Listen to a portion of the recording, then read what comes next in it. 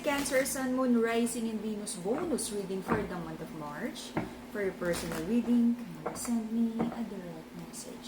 Kamusta mga Cancerians? Kamusta? Let's see. Kaya pala ako naka-red. Magka-Cancer reading tayo. Okay. Cancer, Sun, Moon, Rising, and Venus bonus reading for the month of March. Okay?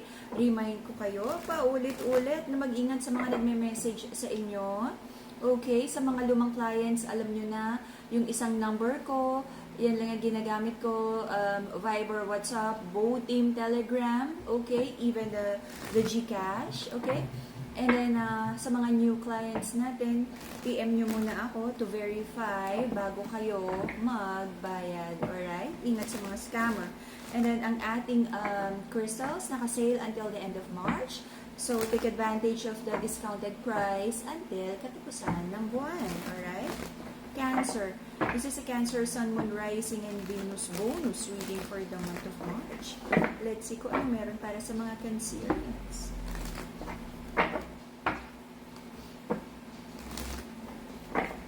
Let's see. Wish fulfillment. Nagfo-focus sa mga Cancerians kung ano yung mga gusto nyong gawin sa buhay, mga plano.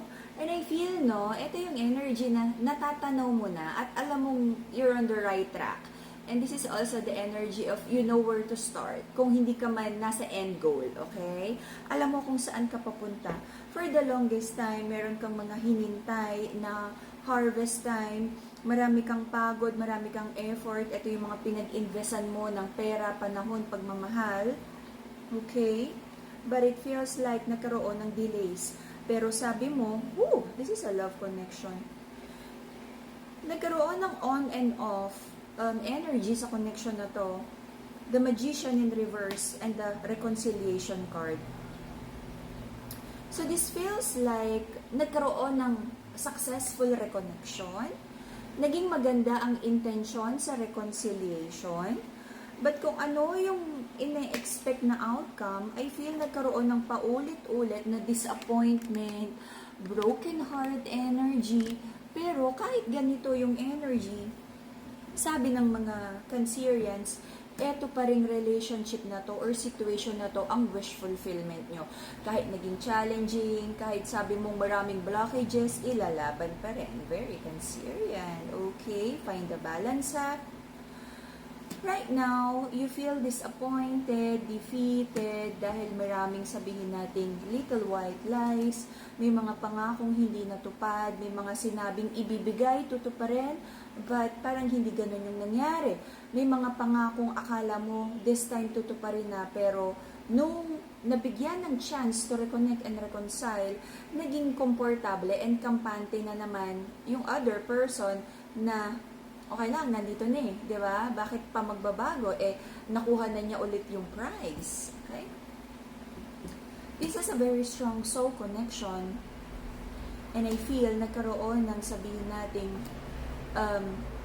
third energy, dudahan, and trust issues sa relationship na to na nagdala ng mga disagreements. Okay?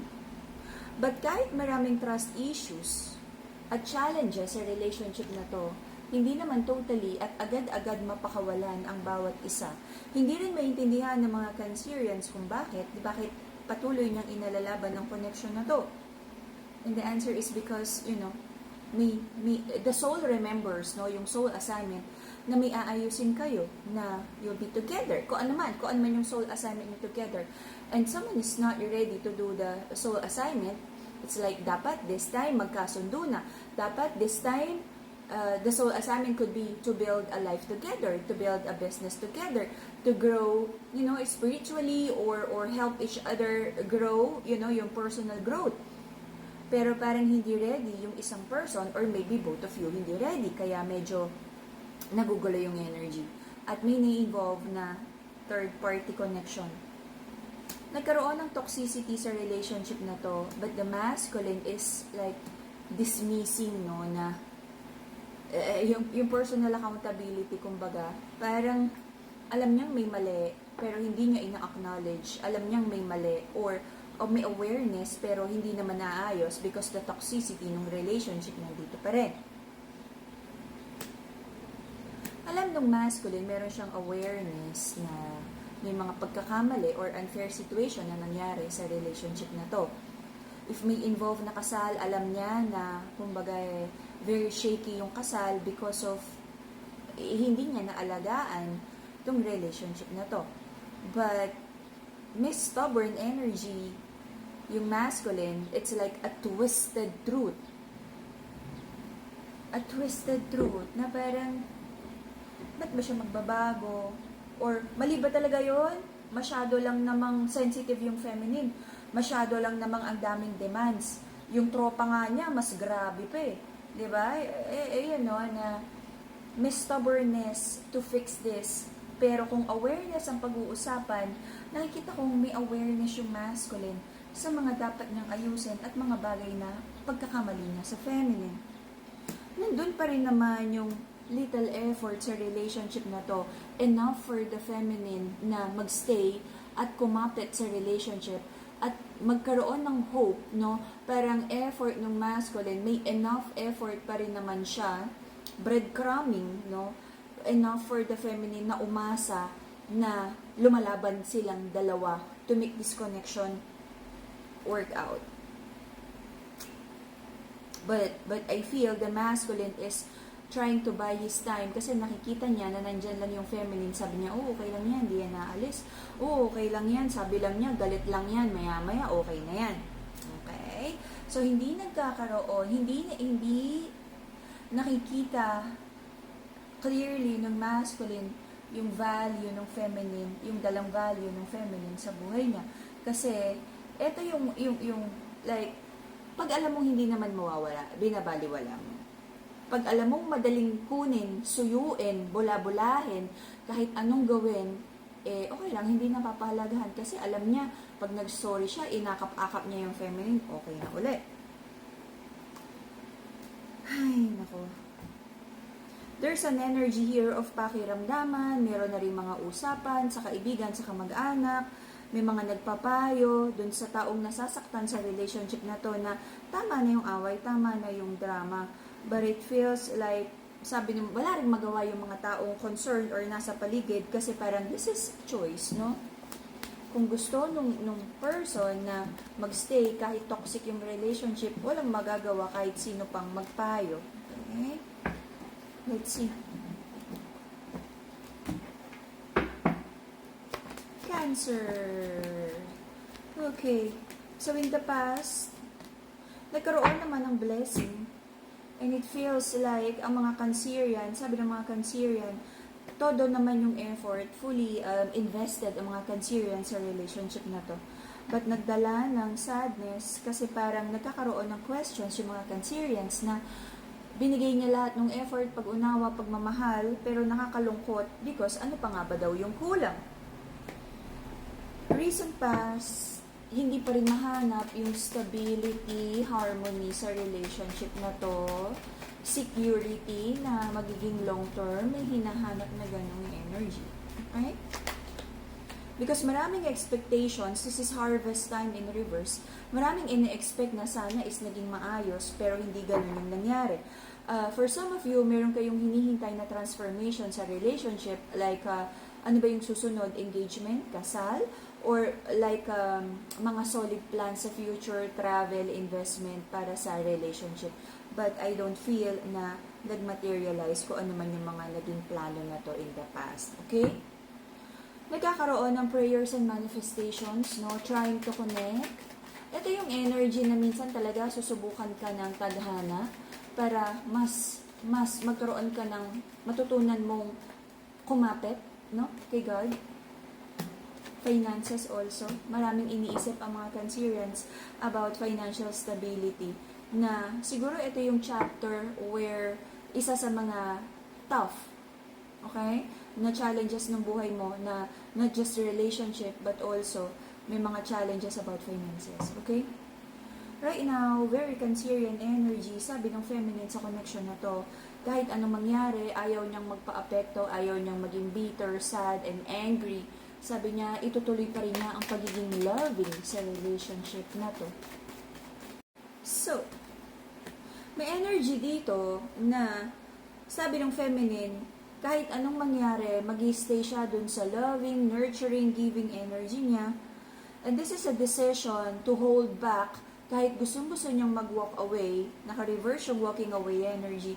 Sabi niya mag-stay siya because love niya tong person na to at gusto pa rin niyang like mag-move forward to a better situation or magkaroon ng positive transformation tong relationship na to.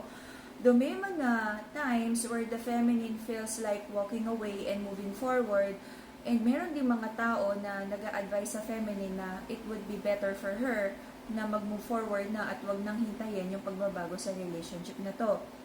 But it feels like with the loving energy of the feminine, mas pipiliin niya kahit nahihirapan siya, kahit marami siyang questions about this relationship, pinipili pa rin niya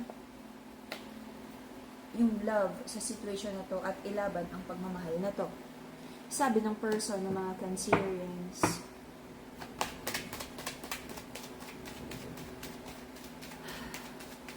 Actually, mas nakikita kong nahihirapan yung feminine sa connection nito. Marami rin siyang iniisip. May mga insecurities yung feminine about may problema ba yung feminine here na kaya siya hindi makaalis is because wala siyang enough. If mag-walk away siya, wala siyang pang-rent, wala siyang enough. So, she could start over. Maraming questions, maraming doubts. I feel isa yun sa factor, no? Kaya talaga ako, one of the biggest lessons for me is dapat talaga may sariling pera, ipon. Hindi niya alam kung paano i-rebuild yung life niya. Pag aalis siya sa masculine, kaya ba daw niya nasuportahan yung sarili niya, finances, yung mga bills, everything. May fear ang feminine. Okay? Which I understand. Kasi hindi talaga kumbaga, this is like a calculated risk. If like, magtiis pa ng konti until ma-rebuild yung finances, kasi ang hirap na halimbawa, ang konti ng ipon or wala halos ipon, tapos tong feminine na to magre-rent sa isang, sabihin natin, sobrang mura na apartment na hindi naman safe. And, for me, para sa pagbabae, kahit hindi babae, safety talaga yung number one. So, maraming kin-consider yung feminine na pag-aalis siya, baka, mas mapasama pa siya yung sitwasyon, I don't feel na may enough yung feminine para makamove forward. Kung ano man yung insecurities ng feminine right now, kung bakit hindi niya kayang mag-move forward. Or, for some, for like a little like portion nito is, yung feminine na to meron naman pero takot siyang to take a leap of faith. Takot siya sa unknown with the moon card, na parang anong mangyari, baka malungkot lang siya pag mag-isa. Okay? If kaya naman talagang bayaran yung bills, takot mag-start over, takot na iwanan kung ano yung mga na-build in the past. So, take calculated risk, feminine. And at some point, hindi rin kayang mabitiwan kasi this situation is not all bad. Kumbaga may mga pinanghihinayangan pa rin, sabihin natin, mga happy moments together. And for most of you, may nararamdaman ako, the Sun card is not just an energy of happiness, but also bata. May mga kinukonsider na bata, na if ever, yun nga naaalis yung feminine, enough ba yung pera niya? Kaya ba niyang suportahan yung bata? Magiging safe ba yung bata? Paano kung walang yaya? Paano kung walang magbabantay? So, napakaraming questions, maraming doubts, maraming uncertainty. Okay? Piliin ang situation that is lesser evil at kung saan mas safe, especially kung may bata. Okay? Until the end of June, there's still an energy of repeated betrayal. This is the energy of same old, same old. Someone is being stubborn na magbago. Kasi alam niya, ito yung scenario, no?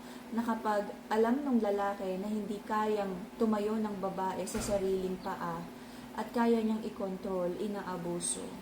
This is like, alam nung other person, yung nakakasakit dito, na nagdadala siya ng pain and suffering and abuse sa relationship, pero stubborn siya, wala siyang pakialam. Kasi alam niyang hindi naman kayang umalis because of, for most of you, financial reasons. Very unacceptable ang situation na to. Pero walang magawa yung feminine. This is a choice to hold back, walking away, and to stay at magtiis ng konti pa. Kahit may lies and betrayal sa relationship na to, pipiliting makisama dahil may pinaghahandaan na, pag-alsa balutan, napaka-challenging ng situation at naiintindihan ko to.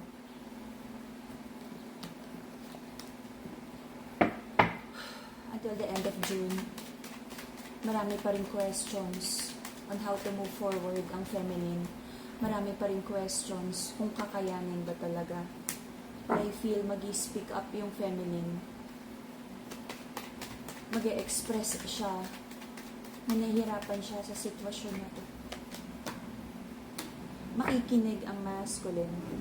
But hindi ko makita yung linaw na seseryosohin ng masculine yung mga sasabihin ng feminine.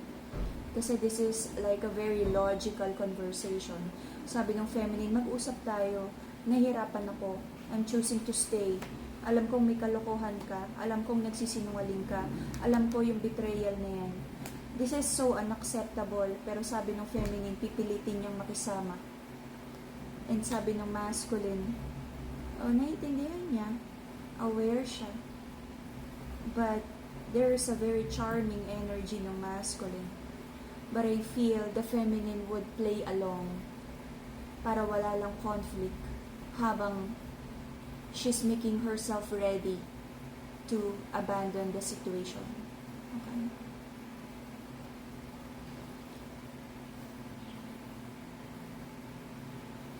So, if you're manifesting like to have a harmonious relationship, habang the feminine is making herself ready to walk away, to abandon this toxic and abusive situation.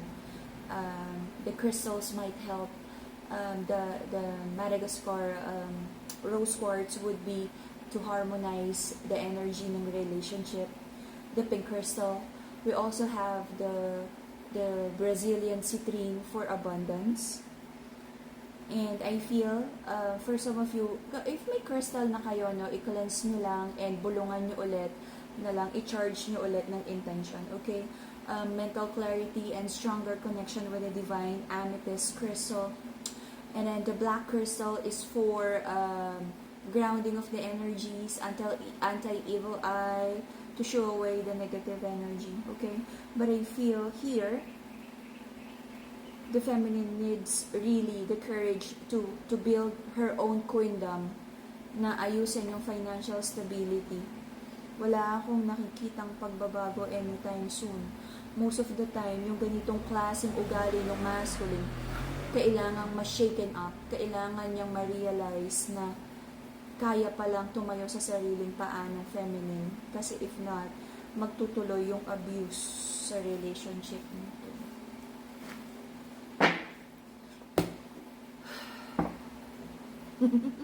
Bigat, no? And that would be the... Yeah, ingat sa mga nagme-message sa inyo. Huwag basta-bastang magbabayad para sa new clients. Sa old clients, alam nyo yung nag-iisang number ko and the GCash. Para sa mga new clients, you can message me first to verify bago kayo magbayad at mag-settle. And then, for the crystals, message lang hanggang sale until the end of March. Okay? Hopefully, Cancerians, you find the balance, the wisdom, the courage, lahat ng kailangan mo na ayusin yung buhay mo, especially the masculine, kasi masculine ang leader ng partnership. For now, wala akong masyadong maibigay na good news, but hopefully, no, magkaroon ng positive transformation para sa inyo.